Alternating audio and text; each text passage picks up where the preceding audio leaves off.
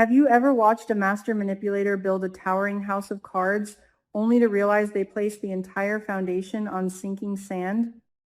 That is exactly what we are witnessing with Hayley Hamilton right now. For months, she has paraded around Fairmont Crest with this impenetrable aura of superiority, acting as though she is the smartest person in any given room. But arrogance breeds carelessness, and Hayley's carefully constructed narrative is finally starting to show massive, undeniable cracks. The focal point of her impending downfall?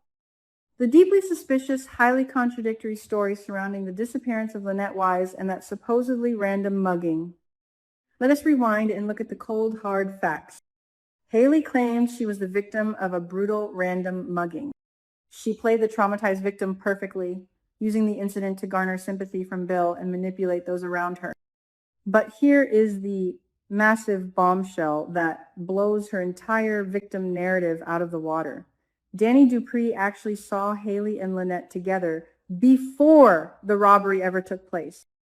Think about the severe implications of that single detail. If Hayley and Lynette were secretly associating before the alleged crime, then the mugging was not a random act.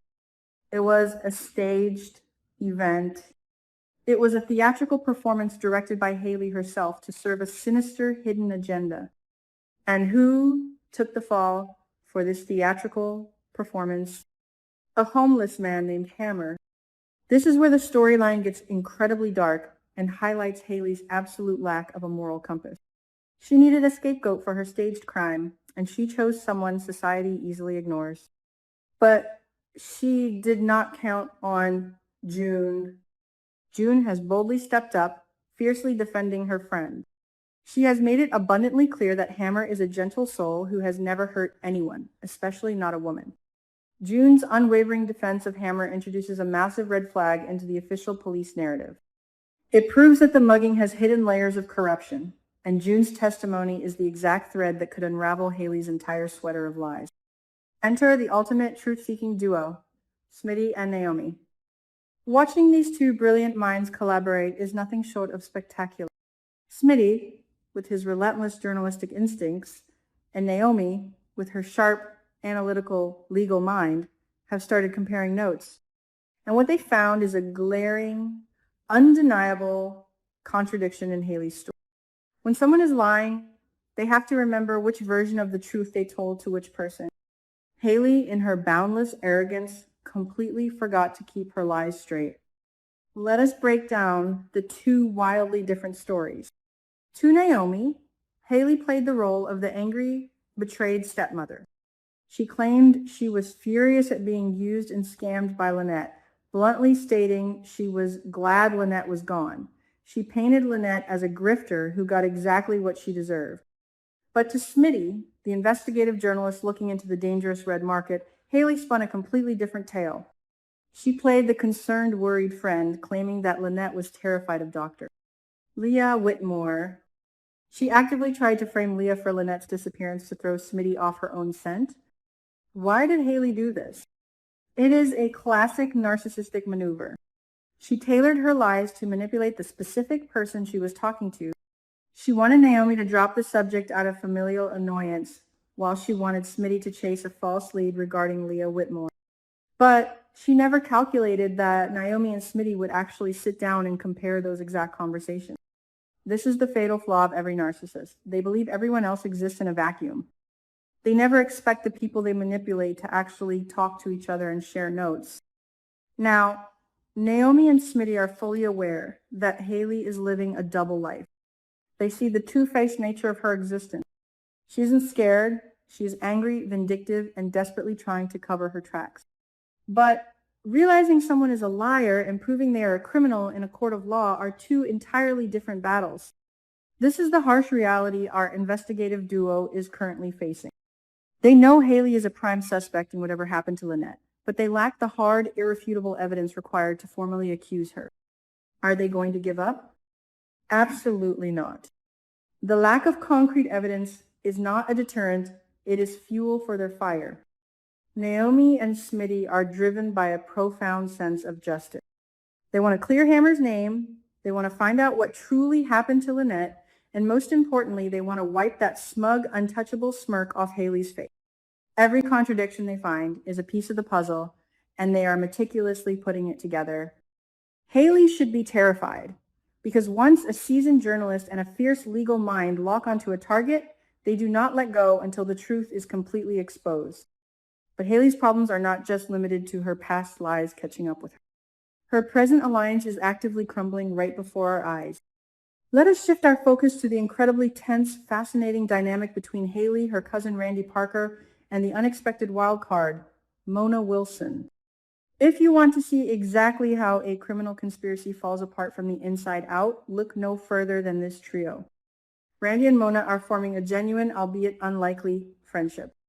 Mona, with her deep faith and unwavering kindness, is slowly chipping away at Randy's hardened criminal exterior.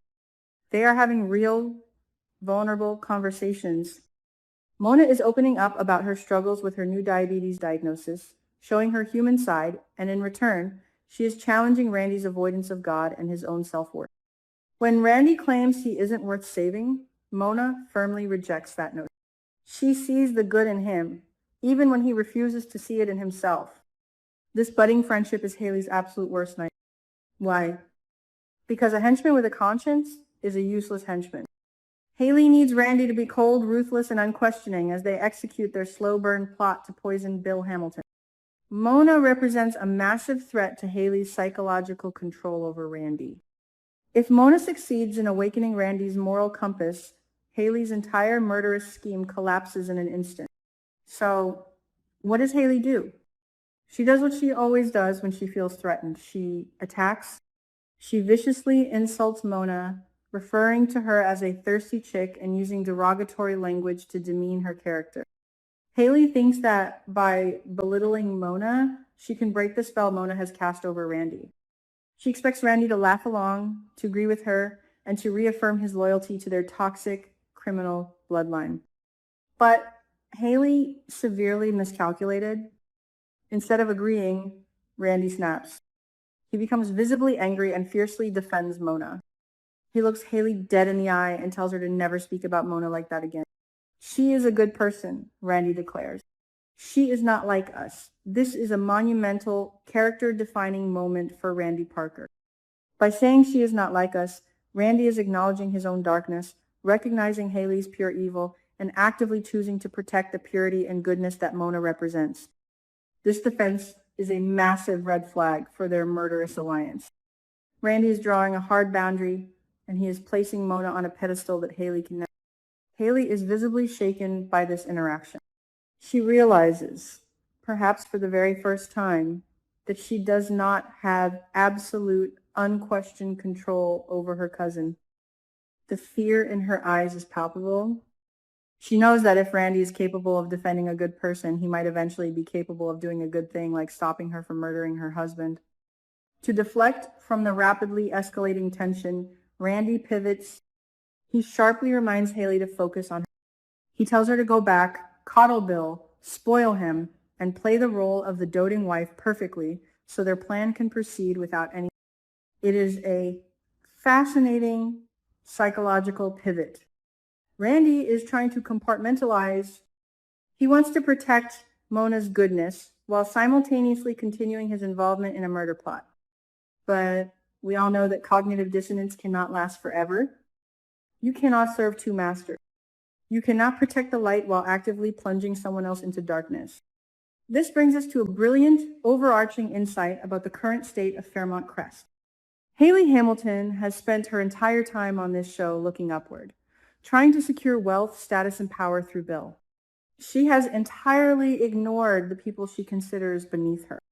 But look at who is actually orchestrating her downfall. It isn't the wealthy elite.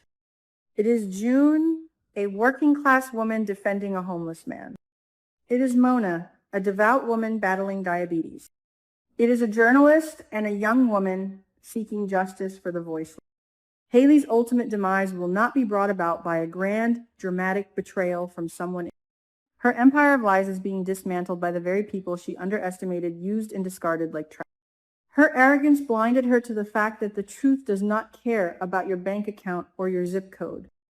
The truth always finds a way to the surface, usually carried by the voices of those who refuse to be silenced. As we look ahead, the tension is absolutely suffocating. Smitty and Naomi are closing in on the Lynette mystery, gathering the puzzle pieces of a staged mugging and a framed innocent man.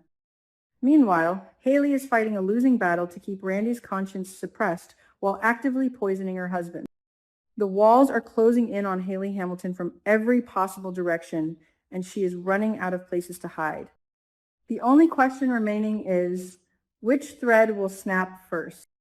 Will Naomi and Smitty find the undeniable proof they need to lock Hayley away for Lynette's disappearance? Or will Randy Parker finally look in the mirror, embrace the goodness Mona sees in him, and blow the whistle on the plot to murder Bill? One thing is absolutely certain. Hayley's days of playing the untouchable mastermind are numbered, and the crash is going to be spectacular. What do you guys think? Will Randy betray Hayley, or will Smitty get to her first?